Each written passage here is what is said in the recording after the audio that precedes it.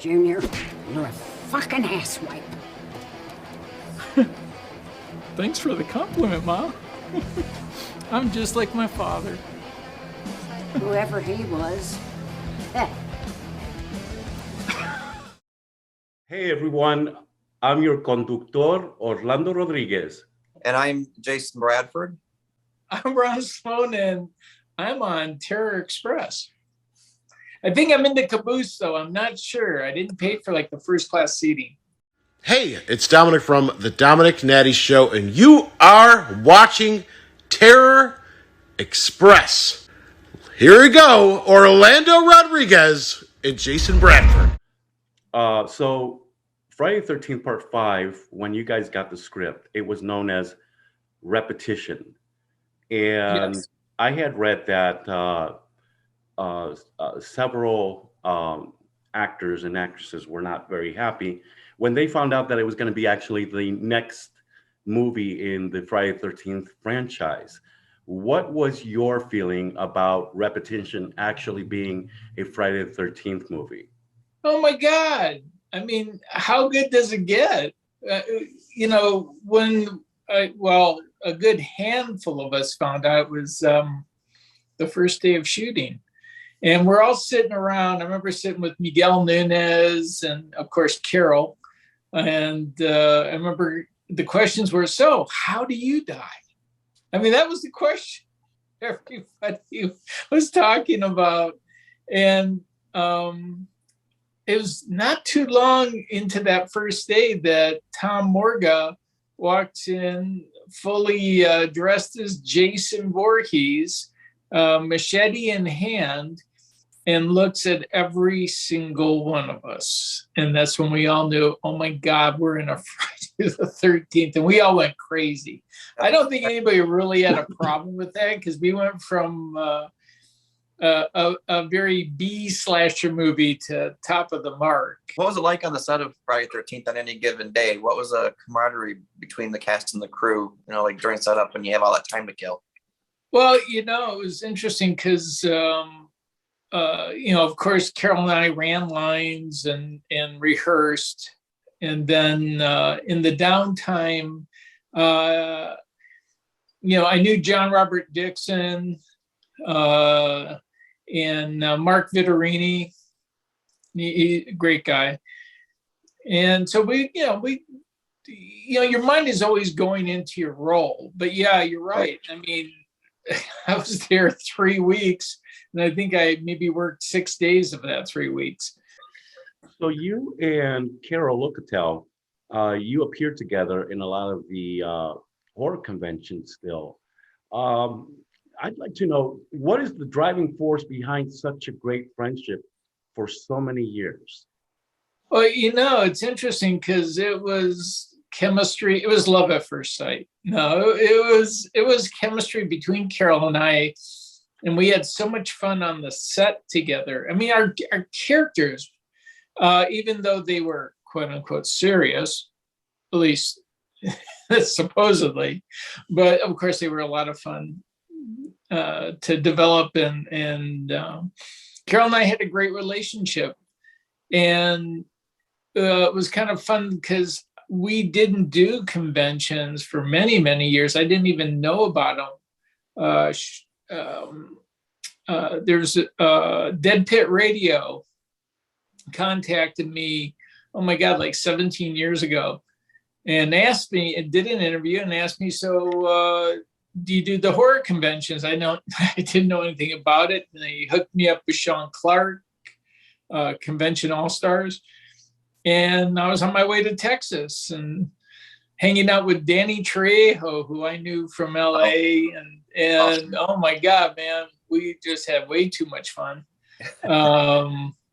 Corey Feldman was there. And ironically, here I'm in 13 Fanboy, at least sharing the DVD with Corey. We didn't have any scenes together, but yeah, it's cool. It's amazing. There's a few cons in the works, possibly. I'll keep you guys posted. Oh, yes. Yes, something's in the works. I can't talk about it. I do have one coming up, though, in Sioux City, South Dakota.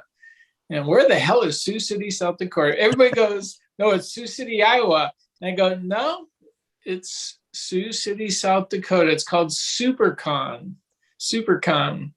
And it's for charity. And there's probably going to be a good 5,000 to 7,000 people there. And it's their first time doing horror. So Deborah Voorhees is going to be there, myself. Actually, go on their website, SuperCon, and you'll see the guest list. Kind of interesting. Yeah, I mean, that's something I was going to ask you toward the end of the interview, but since we're on it now, do you have a specific charity? Well, I'm a firm believer in anything for children. Children's Hospital, the Ronald McDonald House. I had neighbors whose daughter got encephalitis. And really it was touch and go for her. And the Ronald McDonald House helped out the family. And I was quite impressed since then. What would you say is the best way that Friday the 13th has changed your life? Well, it's interesting because part 5 was definitely panned in the beginning. And I actually have clips, if I can find them. I think I know where they are. I have a write-up in Variety and The Hollywood Reporter during that when it just got released. And they were talking about Carol and I, kind of the ham, and that was pretty, any review is a good review because otherwise they don't even talk about you and you're ignored. Right. I think it's interesting how part 5 has grown from being really panned by the fans to loved. Yeah. And I mean, I can't believe, like at Flashback Weekend, you guys witnessed it. And I was also at Mad Monster Party in Phoenix. And I couldn't believe people waited in line a half hour for Carol and my autograph. I was like blown away. I felt guilty. I was like, but I love talking to people. So, when you come up, I don't know, it's just me. 13 Fanboy reunited you and Deborah Voorhees, where you worked together on Friday the 13th Part 5, A New Beginning. So what was it like for her to be directing you behind the camera on 13 Fanboy? Well, it was interesting because Deborah and I were in a convention in Columbus, Ohio, Horror Hound Weekend. And we'll see each other every couple years at a convention because I don't do a lot of conventions. I'm open to it, but I don't do a lot of conventions. And this was a few years back, and Deborah and I were taking a walk. And it's interesting because Deborah's healthy. I mean, she goes, hey, let's go for a little walk before the convention. Well, in my mind, a little walk is like, take a walk around the block, go down the street, a little chit chat. Now, this girl was walking. And she said, I have a small part in a film for you. I would love for you to play. And what actor says no? I said, of course, Well, about a year and a half later, I get a script emailed to me. And according to Deborah, it's one of the starring roles. And I was like, I even called her up and go, I thought you said it was a small part. I'm not complaining. But she said, well, the more I got to know you, the bigger your part came. Mm-hmm. So that was an honor. And Deborah's a great director. I mean, it's one thing to direct. It's also another thing to listen. And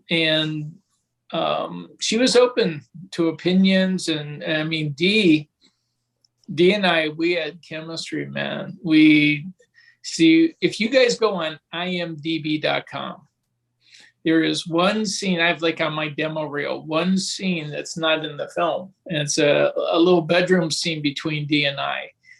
And it's about the only time you'll see me with any sort of love, sweet, warm fuzzies with Dee. I had like a few different scenes, but they didn't make the final cut because, well, in a sense, I was a little bit of an ass in this film.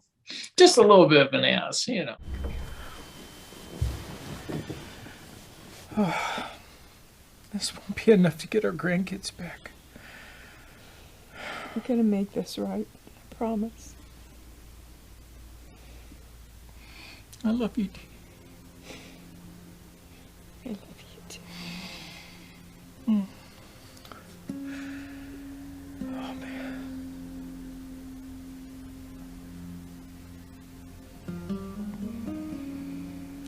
I hope you're right. I'm always right. Oh, yeah, that's true.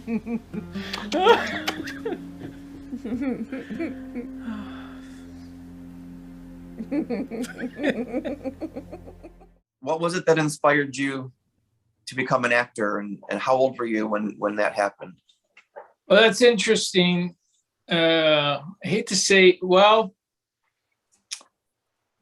I did it in high school only because it fulfilled an English requirement. Nice. And I was a little bit lazy, just a little bit lazy. I found it easier to give like oral reports and things like that instead of writing out, a 10-page whatever. Are there any upcoming projects? Any other anything else that you have coming up that you can go ahead and talk to us about? Well, I do. It's something that's been put on hold because of COVID for a couple of years, but I'm involved with Vince DeSante on a project. And again, one of my reasonings for it is my proceeds goes to charity for that project.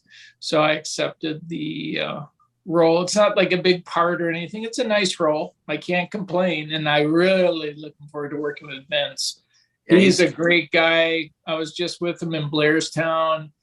And I mean, we spent some quality time together, and my gut feeling, and I know I'm right, I think Vince is going to be a very big time director.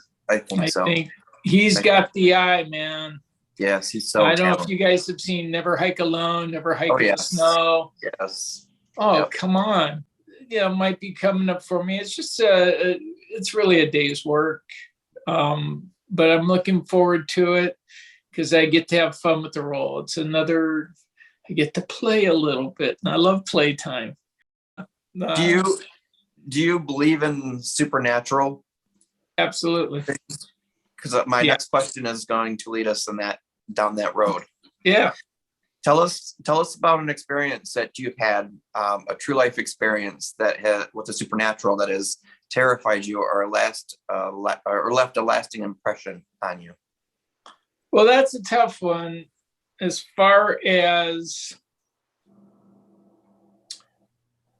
I wrote a story for Deborah, so it's an experience I had when I was in college.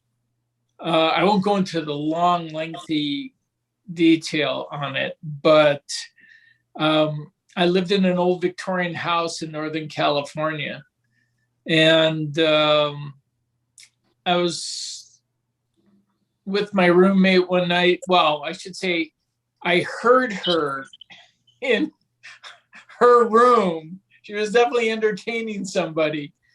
And, I don't know if you've ever had roommates and everything, geez, come on already. I'm trying to get some sleep here. Oh, yeah. I was all of 19 years old. So, I heard laughter. I heard definitely somebody was having sex, and it wasn't me. And what's that? So the next morning I see her and I go, "Wow, you sure had a good time last night." She goes, "Me? I wasn't with anybody. You had a great time." I go, I was not with anybody. So it turns out the house that we lived in was a house of ill repute in the early 1900s. And there actually was a room downstairs that we didn't even know was a room. There was so much junk when you opened the door. I always thought it was a closet because the backyard was solid blackberry bushes. You couldn't even go in our backyard. And everybody thought it was a closet, and that's where the sounds came from. And there definitely was a lady of the night from the past who had a great time in that room downstairs. My first speed question to you, Ron, is a horror movie that scares you the most up to now. Like, to me, Alien really scared the crap out of me. Yeah. I was at the director's screening of it, and oh my God, that was scary.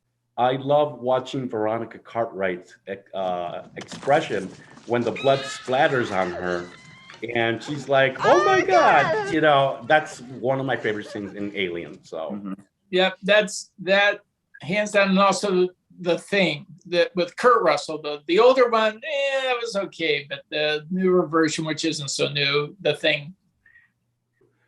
So, favorite TV show that you appeared in, Facts of Life or Tales from the Dark Side? Oh, of course, Tales from the Dark Side. That was a great role. I had fun with that, with Joanne Willette, my first stage kiss. My last speed round question: how good was the stew that, or the fucking slop that Ethel made for you in Friday the 13th Part 5? I wish Ethel really made that, because Carol's a really great cook. I had dinner at her house not too long ago. It was awesome. That was cold Campbell's chicken noodle soup with mystery meat in it. I have no idea what was in it. It was ice cold and slimy. You know, Campbell's soups, you're supposed to add water. Right. This did not have any water in it. They just kept pouring cans of the condensed soup, cold, no water. What's your favorite musical score for a horror film? Harry Manfredini. So of course it's gonna be. It has to be. Friday the 13th franchise has got some of the best music ever. I remember when Part 2 came on, like that, when Winslow was running through the woods chasing after Jason, they were playing that score. I thought, that's magic, and it always has been since then. Who's your favorite drag queen or king? Oh shoot! Well, does Tim Curry count in? Yeah, I really, in Rocky Horror, Tim Curry, he was awesome. If the boogeyman was real, what would he whisper in your ear before you fall asleep at night? You know, life's scary as it is. You know, having that before bed, there's enough worries that keep you up at night at times. So, yeah, the boogeyman. When I was a little kid, my big fear was the mummy. You know, yeah, that freaked me out as a kid. So yeah, there's lingering. You know. Oh yeah, Boris Karloff. Boris Karloff. It became a fond memory. A fond. I would assume. Yes. Yeah. Thanks a lot. Yeah. You can find 13 Fanboy on Showtime in demand. It's also Amazon. Let's see, you can rent it for 99 cents right now. How can you go wrong? Right. If it was any cheaper, I'd be paying you to watch it. Come on. I have to say, if you're a Friday the 13th fan, 13 Fanboy is the best complimentary movie to that franchise. Don't rent it, buy it. I'm going to interview you for a second, Jason. Sure. I'm interviewing you. 13 Fanboy. You're deaf. Spoiler alert. You're deaf in 13th. I got to know the twitch. The twitch. My cadaver spasm. Yes, I actually practiced that for some time. I had it. It was a little bit more dramatic from what I researched, but then it was simplified. But yeah, that twitch was made well known to me that it was going to be happening from the time I read the screenplay. Before I ever went to New Mexico, that was the twitch was the big discussion. Well, I gotta tell you, you did your homework. I did. No, you took something that would have been just a shot and made it into something that had meaning. And it was a thrill to be killed by Nora Hewitt, who will be on our show before the end of this month. Cool. Yeah. Cool. You say I was killed by Nora. See, I didn't get that luxury. Yeah, she was something. Maybe we'll get to work together soon, my friend. I hope so. That would be wonderful. You guys have a good evening. You too. Be safe. You too. Don't eat the stew, man. Don't eat the stew. Well, you guys take care. Talk to you soon. Thank you. You too. Have a good It evening. was great Enjoy seeing your dog. Take care, guys. Love you guys. Be Love you well. too. Love you too. Night.